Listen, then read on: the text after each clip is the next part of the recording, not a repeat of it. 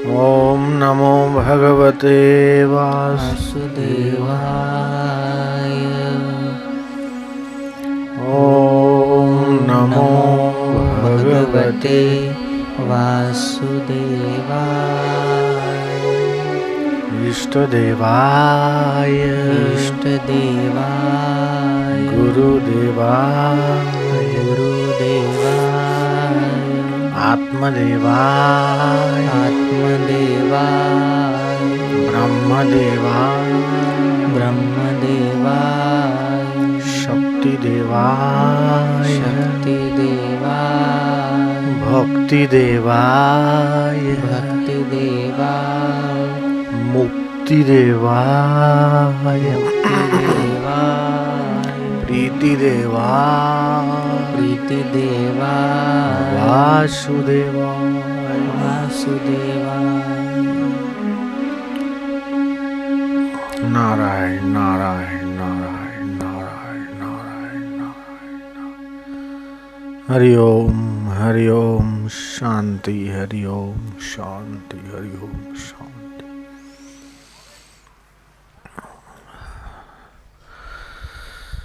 सत्संग में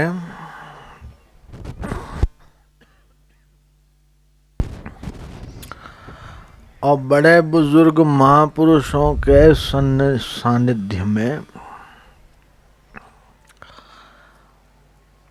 हमारी यह समझ में आया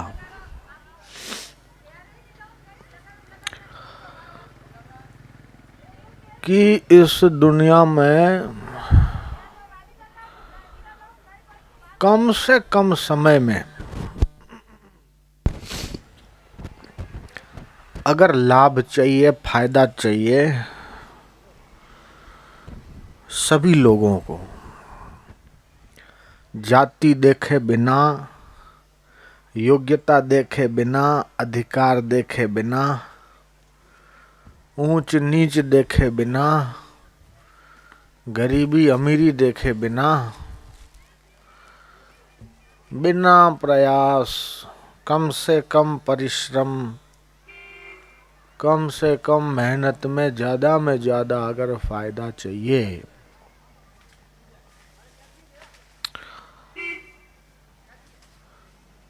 तो दो उपाय हैं।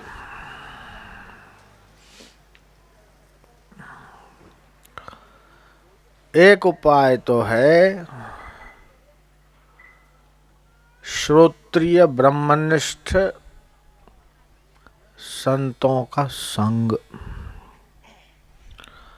और दूसरा उपाय है भगवान का नाम।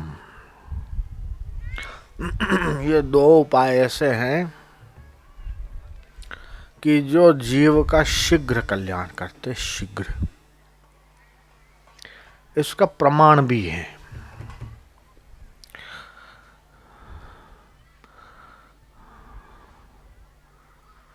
तुलसीदास जी महाराज का पूरा जीवन देखो।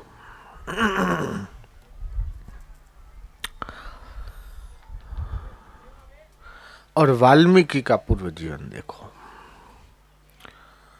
दोनों पूर्व पश्चिम है।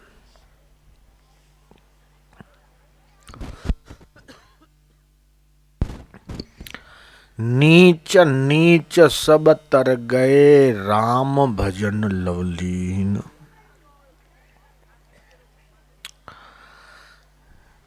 नीच से नीच लोग, एकदम जो गिरे हुए थे, ऐसे लोग तर गए। बोले महाराज आप तो न जाने कौन से जमाने की बात करते हो, हमें तो अभी इस जमाने की कोई हो बात तो बताओ। इस जमाने की सुनना चाहते हो तो लो सुनाता हूं, सुनो।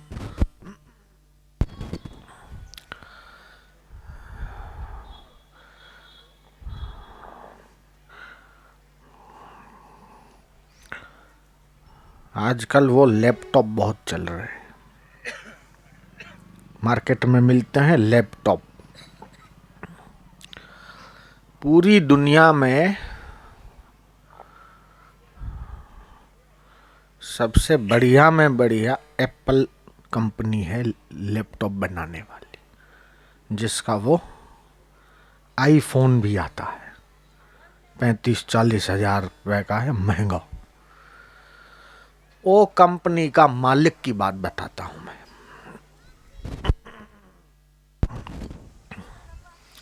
मेरी बात पे आपको विश्वास न हो तो जिसको प्रूफ चाहिए मैं उसको प्रूफ दे सकता हूं। आपको लगे कि ये तो महाराज गप्पा मारते हैं या ऐसे ही बोल देते हैं, तो इसका आपको प्रूफ चाहिए तो मैं दे सकता हूं।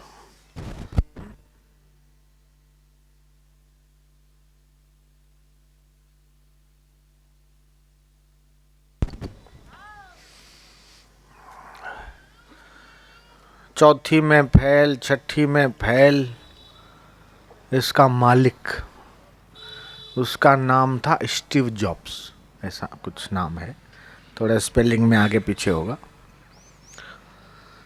अभी अभी साल भर पहले ही उसका 1-1.5 साल पहले ही उसका शरीर पूरा हुआ। उसकी जीवनी को गुप्त रखा गया, खोला नहीं गया उसी के ऑर्डर से। ये लोग क्या समझेंगे? उसका परिवार वाले ताने मारते, तू तो बुद्धू है, पढ़ने में फेल, अक्ल नहीं है तेरे में, इतना पैसा खर्च करते, इतना फीस भरते, ये करते वो करते, ऐसे ही वो घर का दुत्कारा हुआ, पढ़ाई में असफल, फुटपाथ पे ऐसे ही लड़कों के संग में जीवन पूरा हो रहा था। और सेकंड हैंड पुस्तकों की दुकान पे पुस्तकें देखते देखते एक पुस्तक उसके ध्यान में आई। जो पुरानी पुस्तकें हो जाती फिर बेचते हैं, वो दुकान पे उसने पुरानी पुस्तकों में से एक आई, great Indian Yogi, the great Indian culture, ऐसा कुछ नाम था। वो पुस्तक में उसको भारत क्या है, भारत के ऋषि मुनि जोगी साधु संतों की क्या महिमा है, ये उस पुस्तक में लिखा था। ध्यान से सुनना आप। उसको भारत देखने की इच्छा हुई। थोड़े पैसे खुद के थे, थोड़े इधर उधर से किसी से उधार उधार जो भी लिए, भारत आया, घूमा इधर उधर, साधु संत, गंगा किनारा, तो गंगा जल का पान किया, साधु जनों का संग दर्शन, ध्यान का कला सीखा। तो रोज नियमित रूप से थोड़ा ध्यान योग का अभ्यास करता रहा। योगाभ्यास करने से, ध्यान करने से और भारत के साधु के दर्शन से, उनका आशीर्वाद से उसकी बुद्धि में, योग्यता में निखार आ गया।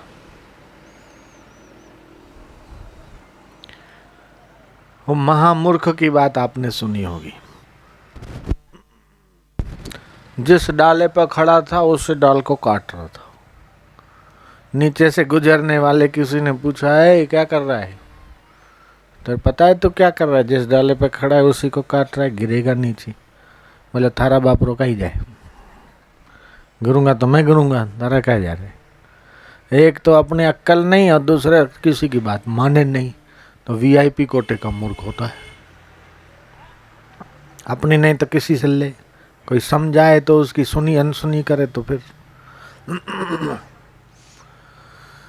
विद्योतमा से पंडितों ने उसकी शादी वादी करा दी। घटना कथा लंबी है। वो पत्नी ने निकाल दिया, बोले जा, मूर्ख के साथ में नहीं रहूंगी, विद्वानों के आएगा तो मैं तेरे साथ रहूंगी, बेवकूफ़ के साथ में जिंदगी नहीं काट सकती। दूसरा शादी भले न करूं लेकिन तेरे साथ रहना मुश्किल है। चोट लग गई, जंगल में गया, कोई जोगियों के संपर्क में और शक्तिपात का कला जो जानते थे, जो ध्यान योग साधना शिविर में आते तो ऐसे ऐसे लोग जो भगवान को नहीं मानते थे, नास्तिक है, ईश्वर ईश्वर कुछ नहीं है, ये गुरु गुरु सब ऐसे ही होते हैं। ऐसे ऐसे निगुरे नास्तिक लोग भी जब एक बार दो बार आ जाते, उनको अनुभव होता है तो उनकी मानसिकता बदल जाती है। अभी मैं बम्बई गया था तो किसी के घर बोले मलाड में स्वामी जी 2 मिनट जरा विरार जाओगे, अपना आश्रम है विरार में, तो वहाँ 2-3 दिन की शिविर थी, साल में 1-2 बार जाता हूँ। तो बोले जी विरार जाएंगे, रास्ते में ही थोड़ी देर मलाड, खाली थोड़ा ही अंदर जाना पड़ेगा। तो चलो गए तो ऊपर की मंजिल और टूटा फूटा बिल्डिंग, पुराना, कमरे भी छोटे छोटे, इतने में तो 2 कमरे आ जाएंगे, ये भी शायद थोड़ा बड़ा है। मैं बैठा हूँ बस इतना ही दीवार से लेके इतने में, इधर किचन, एक कमरा, एक बीच में दरवाजा, एक कमरा, रहने वाले 4 लोग। दक्षिणा रखा, मैं कोई तो सारा, बोले नहीं साईं कुछ नहीं। मैं कहा नहीं, वापस कर, गरीब आदमी का मैं लेकर क्या करूँ, नहीं चाहिए वापस कर। बोले नहीं स्वामी जी दे, 35 साल का पिछले साल कर्ज था, 35 लाख का कर्ज था, दीक्षा लिया दुआ है। मैं कहा कितना, तो जरा संकोच के मारे लोग खड़े थे तो मैं कहा जरा इधर आ, कौन ने मिलेगा। मैं कहा कितना, बोले सही आपका गुरु का आशीर्वाद, साले 1,35,00,000 रुपया कमाया। का काम क्या करता है, ऑफिस है, कहाँ दुकान, बोले नहीं यही घर है, यही ऑफिस है, 4 आदमी रहने वाले, इतने 2 कमरे, इतने में तो 1,35,00,000 क्या करता है, कोई फैक्ट्री है क्या है। बोले वो कंप्यूटर पे तो सब काम करते। वो बोले वो कंपनी का प्रोडक्ट है, उसका ऐड करता हूँ जो मैं, तो ठीक है चलो, दीक्षा के बाद सब हो गया। तो क्यों नहीं मानेगा, जब शारीरिक लाभ हो रहा है, आर्थिक लाभ हो रहा है, बौद्धिक लाभ हो रहा है, तो और क्या चाहिए। तो महामूर्ख था, महामूर्ख में से महाकवि कालिदास बने, रघुवंश काव्य लिखा, शाकुंतल नाटक लिखा। जैसे लोहे ने पारस को छू लिया तो पारस को छूने मात्र से लोहा सोना हो जाता है। ये उससे भी ऊंची बात ये कही कि पारस में और संत में बहुत अंतर हो जान। एक तरफ पारस है, एक तरफ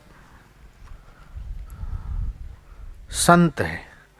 तो संत की, गुरु की तुलना अगर हम पारस से करते हैं तो भी उचित नहीं है। बोले कैसे, बोले लोहा पारस को छूता है तो वो लोहा सोना हो जाता है, लेकिन पारस किसी को छुए तो वो पारस नहीं बनाता। लेकिन सद्गुरु की संप्रेक्षण शक्ति से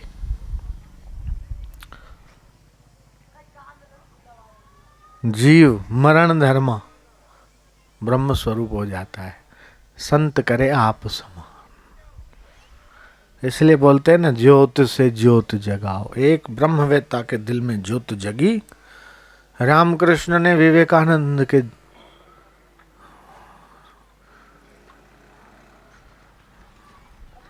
क्या चाहता है, बोले मैं चाहता हूं माँ बाप ने पढ़ाया लिखाया, बड़ा होके माँ बाप की सेवा करूं। अच्छा ये चाहता है। मैं चाहता हूं कि खाली माँ बाप की सेवा नहीं करे तो पूरे विश्व की सेवा करे। बोले मेरे में वो योग्यता नहीं है, मेरे में क्षमता नहीं है। अरे क्षमता नहीं है तो क्षमता को भरने वाला बैठा है ना। विवेकानंद लिखते हैं कि मेरे घर की स्थिति इतनी खराब थी, मेरे जूते फट जाते थे तो दूसरे जूते लेने के मेरे पास पैसे नहीं थे। मैं घर में बड़ा भाई होने के नाते, मेरा एक छोटा भाई था, माँ थी, घर में आमदनी का कोई साधन नहीं था और हमारा परिवार बड़ी आर्थिक कष्टमय स्थिति से गुजर रहा था। भोजन का समय होता तो मेरे को कई बार बहाना बना के खिसक जाना पड़ता कि आज मेरे फलाने मित्र ने बुलाया है, वहाँ मेरा भोजन है। झूठ बोलना पड़ता था ताकि मेरे भाई और घर के लोग पेट भर के भोजन कर सकें। इतनी दयनीय स्थिति नरेंद्र की थी। नरेंद्र मतलब भविष्य में जो विवेकानंद बने वो। और एक तरफ मेरे गुरु कहते थे कि तू छोड़िए। मैं असमंजस की स्थिति में था। मैं निर्णय नहीं कर पा रहा था कि मेरे लिए क्या ठीक है, क्या बेठीक है, क्या उचित, क्या अनुचित है। एक बार इस स्थिति को देखते हुए रामकृष्ण ने बोला, मेरी माँ सबको देती है, जिसने जो मांगा सबको देती है, तू भी जाना, माँ से बोल, प्रार्थना कर, वो तुझे देगी। मेरे गुरु का आदेश था, मैं गया। माँ का मंदिर में जाके थोड़ी देर उनके स्वरूप का चिंतन करके ध्यानस्थ हुआ। मांगने गया तो मेरे मुंह से ये निकले ही नहीं कि हे माँ तो मुझे धन दे, दौलत दे, ये दे। संसार की कोई चीज़ मेरे अंदर से निकले नहीं। मेरे से निकला है, माँ तू मुझे श्रद्धा दे, भक्ति दे, प्रीति दे, विवेक दे। आया तो मांग के आया। बोले हाँ मांगा। क्या मांगा? बोले ये मांगा। जब फिर जो चाहिए वो मांग। दूसरी बार मुझे भेजा, दूसरी बार भी वही निकला, तीसरी बार भी वही निकला। आखिर गुरु की शक्ति, गुरु का संकल्प, एक बार मैं उनसे मिला था। ईश्वर को जानने और खोजने की मेरे भीतर तड़प थी, तो जिस साधु के पास जाता उनसे ये पूछता कि आपने भगवान का दर्शन किया है? वो बोलते कि नहीं, तो मैं उनको छोड़ के चला जाता। ऐसे ही मैंने रामकृष्ण को पूछा तो उन्होंने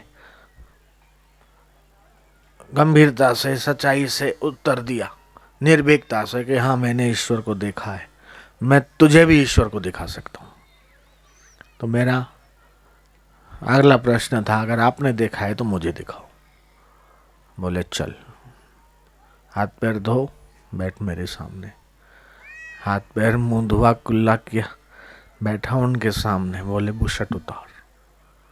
बोले भगवान के दर्शन के लिए वैसे बुशट उतारने की तो कोई जरूरत नहीं। रामकृष्ण ने देखा होगा कि कितनी आज्ञापात। मैंने बुशट उतारी। उन्होंने अपने दाहिने पैर का अंगूठा मेरे नाभि से थोड़ा ऊपर स्पर्श किया। मुझे कुछ होने लगा, कंपन होने लगा। मैं चकित हो रहा था कि क्या। मैं पूछने लगा क्या हो रहा है? बोले तू कह रहा था भगवान के दर्शन करा, तू ही तो बोला। मैं सोचा वो कौन बाबा के चक्कर में आ गया, अब तो कभी जाऊंगा नहीं इनके पास, न जाने इन्होंने क्या कर दिया।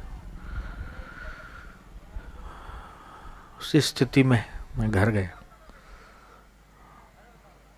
अलग अलग भाव और अलग अलग मुद्राएं, क्रियाएं होने लगी। उन्होंने शक्तिपात की वृष्टि कर दी थी। अनादिकाल से साधु संतों, योगियों, महात्माओं की शक्ति पीढ़ी दर पीढ़ी चलती रहती। वो महात्मा पात्र ढूंढते हैं, और अगर मिल जाता है कोई पात्र तो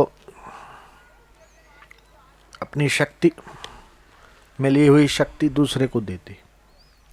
ये अनादिकाल से परंपरा आज तक चली आ रही है। शंकराचार्य ने फिर 4 शिष्य बनाए।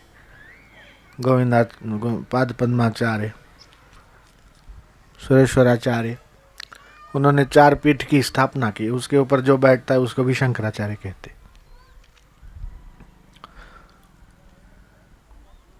तो उस सदगुरु की परंपरा के साथ जो जुड़ने का सौभाग्य प्राप्त करते हैं, जैसे आप अभी यहां बैठे हो,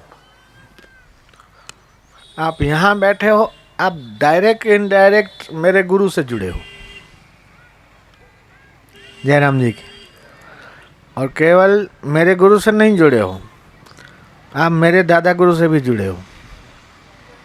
केवल उनसे ही नहीं जुड़ गए, तुम स्वामी केशवानंद से भी जुड़े हो। केवल इतना ही नहीं, तुम उनसे भी पहले जो थे उनसे तुम जुड़ गए। और वो उनके गुरु, वो उनके गुरु, उनके गुरु, ऐसे करके तुम दादू दीनदयाल से जुड़ गए, तुम कबीर से जुड़ गए, तुम उन महापुरुषों की श्रृंखला के साथ जुड़ गए। जैसे बल्ब यहां है, पावर हाउस कहीं है, लेकिन ये बल्ब पावर हाउस के साथ जुड़ा है, ठीक है ना।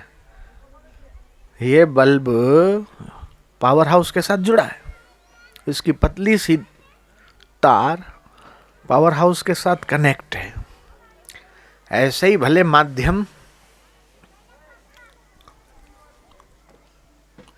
मैं हूं, या माध्यम अपने गुरु हैं, या माध्यम कोई उस महापुरुष, उस गुरु के साथ जुड़े हुए कोई शिष्य हैं, उनके कोई सत शिष्य हैं, उनसे हम जुड़े हैं, तो सीधे अनसीधे हम पुरानी उस परंपरा के साथ कनेक्ट हो जाते, तभी हमें अनुभूति होती है, और तभी हमारा ज्ञान योग टिकाऊ होता है। नहीं तो 1 दिन 2 दिन 5-10 दिन देखा, साधु का भेष बना लिया, तिलक विलक कर लिया, बाल बढ़ा कर लिया, लंगोटी चढ़ा लिया, या गेरुआ कपड़ा या पीला कपड़ा, जैसा भी कर लिया, लेकिन अगर गहराई नहीं है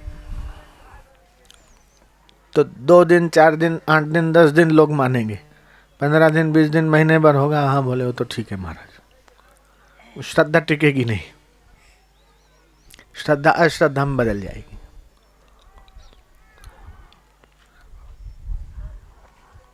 और टिकाऊ नहीं होगा।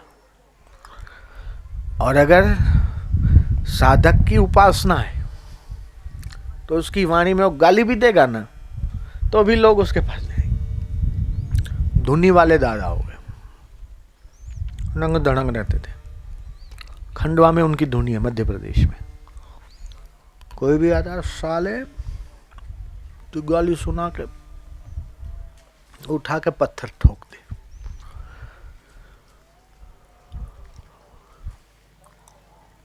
बाहर का भेष उनका गजब का था, लेकिन वो उस पुरानी अवधूत परंपरा के साथ जुड़े थे, दत्तात्रेय भगवान की।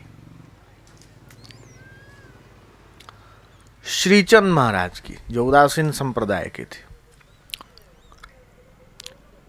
अभी तक उनकी परंपरा चल रही।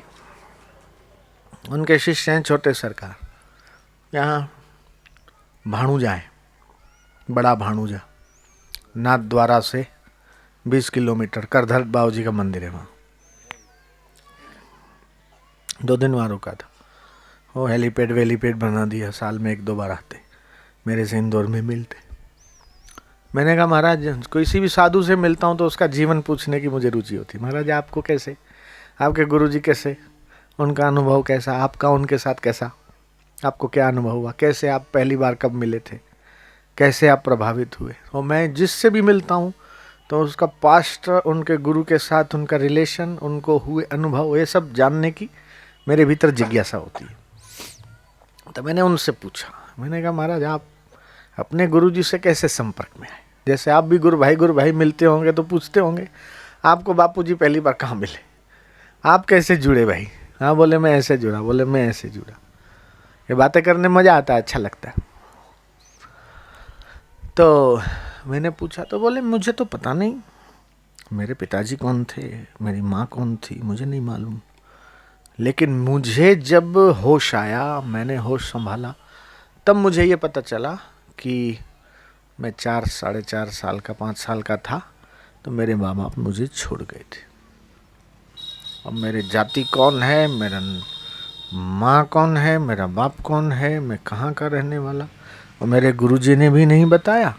और फिर गुरुजी ने मुझे गद्दी पे बिठा दिया जब से मैं होश संभाला। मैं कहा गजब है महाराज आपका तो चरित्र। फिर अपने गुरुदेव के संस्मरण उन्होंने बताए। ऐसे ही भगवान स्वामीनारायण थे, बड़ी तपस्या किया, साधना किया इधर उधर। फिर साधु संत को एक महात्मा मिल गए। वो महात्मा ने फिर उनको थोड़ा धक्का मारा। वो परंपरा 400 साल से चली आ रही, गुणातीत आनंद स्वामी, सहजानंद स्वामी। फिर उसमें भी भाग हो गए, इनका संप्रदाय के अलग, वो संप्रदाय के अलग, 4-4, 5-5 उसमें। लेकिन जिन्होंने उस संप्रदाय के अनुसार बराबर रखा तो वो प्रमुख स्वामी महाराज का प्रभाव सबसे आगे हो गया। उन्हीं का फिर वो अक्षरधाम है, अहमदाबाद में जो अक्षरधाम है। उन्हें अभी तो 92 साल के हो गए। मैं अभी मिल के आया सारंगपुर, शरीर उनका अस्वस्थ था। एक बार सूरत आश्रम में आ गए थे अक्षरधाम वाले जो मुख्य संत थे। उस समय वो वाला हॉल था, मोर पंखाकार का, पतरे वाला। अभी हॉल तो पक्का बना, पहले ऐसे था। तो अचानक आ गए, कोई सूचना नहीं, कुछ नहीं, कोई फोन नहीं। आके आश्रम के साधक दौड़ पड़े, 2-4 गाड़ियां उनके आगे पीछे। अरे देखा तो प्रमुख स्वामी महाराज है, स्वामीनारायण के मेन संत। अच्छा महाराज आप कैसे, आइए बैठिए, पानी वानी। बोले मैंने सुना था बापूजी ने ऐसा अच्छा हॉल है, मैं ये हॉल देखने आया और आश्रम देखने आया, बड़ा नाम सुना था। फिर तुरंत बापूजी से फोन वोन लगाया, फिर दोनों ने बात की। फिर एक बार जयपुर आए हुए थे, गोविंद देव जी का मंदिर है जयपुर में, उसके पीछे के भाग में रुके थे। तब अपना आश्रम नहीं बनाना, तो बापूजी ने भेजा, जाओ जाके मिल के आओ, प्रसाद लेके जाओ, थोड़ा नारियल फल में लेके गए। तो किसी ने बोला, बोले संत आश्रम बापू के बेटे आए पुत्र। अच्छा बुलाओ। ये तो नीचे ही बैठे थे, मैं सामने, कमरा था, कमरे के छोटा कमरा था उतना, उससे नियम वियम कुछ कर रहे थे। मैं थोड़ा बाहर था, हल्का हल्का दिया जल रहा था। तब बोले उसको बुलाओ अंदर। तो नीचे बैठे थे, गया तो मेरा हाथ पकड़ के, कौनो दीकरो जे? तो किसका? मैं क्या बापू नो देखा। तो मारो दीकरो नहीं तू, उनका बेटा है, मेरा बेटा नहीं क्या? मेरा भी बेटा है तू, वो तेरा घर है, ये भी तेरा घर है। आयु समझ में? मैं तो छोटा था, रहा होगा 17 साल 18 साल का। आया समझ में? केवल उनका घर तेरा घर नहीं, ये भी घर तेरा घर। नहीं आज रही जाऊँ, मैंने अभी तो भेजा है, मैं तो भोजन बनाने की सेवा में। मैं कहा मैं तो वहाँ जाऊँगा नहीं तो कौन करेगा, मैं जाना पड़ेगा। अच्छा जब इच्छा हो तो आ जाना, तेरा घर है। तो सजातीय विचारधारा के साथ मिलते खुशी होती, एक दूसरे को महापुरुष जितना पहचानते, ज्ञानी को जितना जान सकता है उतना अज्ञानी नहीं जानेगा। और अज्ञानी ने जिस दिन ज्ञानी को पूरा जाना, उस दिन वो अज्ञानी भी नहीं रहेगा, वो ज्ञानी हो जाएगा। ब्रह्मवेता को जिसने पूरा जाना, पूरा समझा, वो भी ब्रह्मवेता ही हो जाएगा। कोई 50% जाने, कोई 40% जाने, कोई 5% जाने। 5% जानोगे तो 10% जानोगे, धीरे धीरे ज्यों उनके संपर्क में। तो आज के सत्संग का विषय मैंने इस बात से शुरू किया कि सबसे सरल साधन ये 2 है, एक तो सत्संग है और दूसरा है भगवान का नाम। कि इतने पाप मनुष्य के करने की क्षमता ही नहीं है इतने कर ही नहीं सकता जितना पाप मिटाने की शक्ति भगवान के नाम में है। इतना जबरदस्त है। और वो नाम भी जिसको मंत्र के रूप में मिल गया।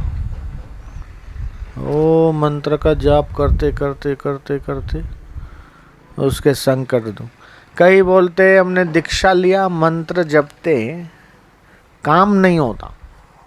ऐसे आते हैं लोग, मंत्र जपते दीक्षा लिया काम नहीं होता। ये सोचो कि कुछ विपरीत नहीं होता, जयराम जी की उल्टा नहीं होता, ये अभी खुशकिस्मती समझो। तो भगवान का नाम में बड़ा गजब का हो।